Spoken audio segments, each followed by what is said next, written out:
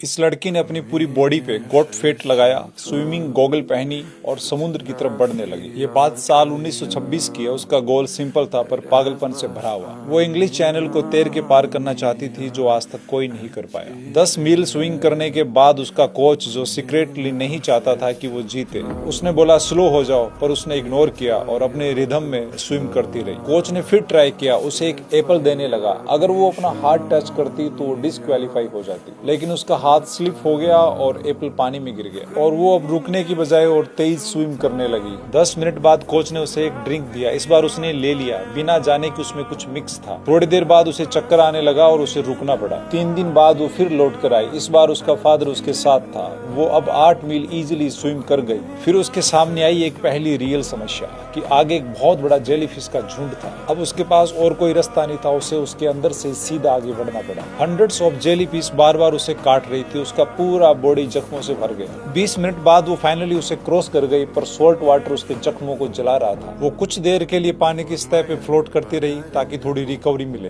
फिर गॉगल पहनी और फिर से स्विमिंग स्टार्ट। 8 घंटे बाद एक पावरफुल करंट उसके सामने आया। करंट से मतलब है वेव। जितना भी स्विमिंग करे आप आगे नहीं बढ़ पाते। 8 घंटे लगातार वो स्विमिंग करती आ रही थी, अब वो आगे नहीं बढ़ पा रही थी। तभी उसकी सिस्टर पानी में कूद गई, उसका हौसला बढ़ाने के लिए। 1 घंटे बाद सिस्टर थक गई और वापस बोट पे चली गई। अब रात हो गई थी, वहाँ गहरा फॉग छा गया। बोट भी अब उसे गाइड नहीं कर पा रही थी। अब वो अकेली थी अंधेरे में, थकी हुई, डिसओरिएंटेड। हॉप भी टूटने लगी। तभी उसने दूर एक हल्की सी लाइट देखी। वो उसके फ्रेंड थे, किनारे पर खड़े होकर टॉर्च लेके उसे रास्ता दिखा रहे थे। अपनी बची हुई सारी स्ट्रेंथ जोड़कर वो उस लाइट की तरफ स्विम करने लगी और फिर 1 घंटे की मेहनत के बाद उसका हाथ रेत को छुआ और वो किनारे तक पहुंच चुकी थी। ये एक ट्रू स्टोरी है। ट्रूडी एडरली पहली वुमेन बनी जिसने इंग्लिश चैनल स्विंग करके क्रॉस किया। Moral of the story, doubt हमेशा रहेगा। लोग रोकने की कोशिश करेंगे, पर आपका डिटर्मिनेशन डाउट से स्ट्रॉन्ग होना चाहिए और तुम में इतना क्रेज होना चाहिए कि तुम नहीं कर सकते तो चुप करा उसको।